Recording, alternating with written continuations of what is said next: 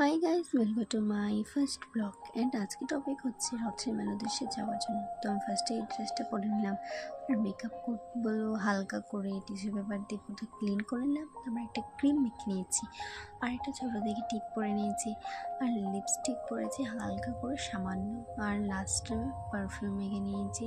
এটা হচ্ছে আমার ফাইনাল লুক। অ্যান্ড একটু আয়নার কাছে এসে আমি একটু ঢং করে নিয়েছি। মিমিও রেডি হয়ে গেল আমার সাথে সাথে। তারপর বেরিয়ে গেলাম। এরপর প্রত্যেক বছরে বৃষ্টি হবেই, প্রত্যেক বছরই কাদা হবেই, জানি এটা।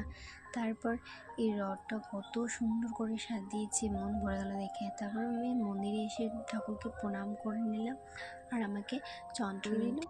আর এখানটায় হরিনাম হচ্ছিল। মন্দিরের পিছনেই একটা ভিউটা খুব সুন্দর লাগছিলো, আর ভিড় হয়েছিল মোটামুটি।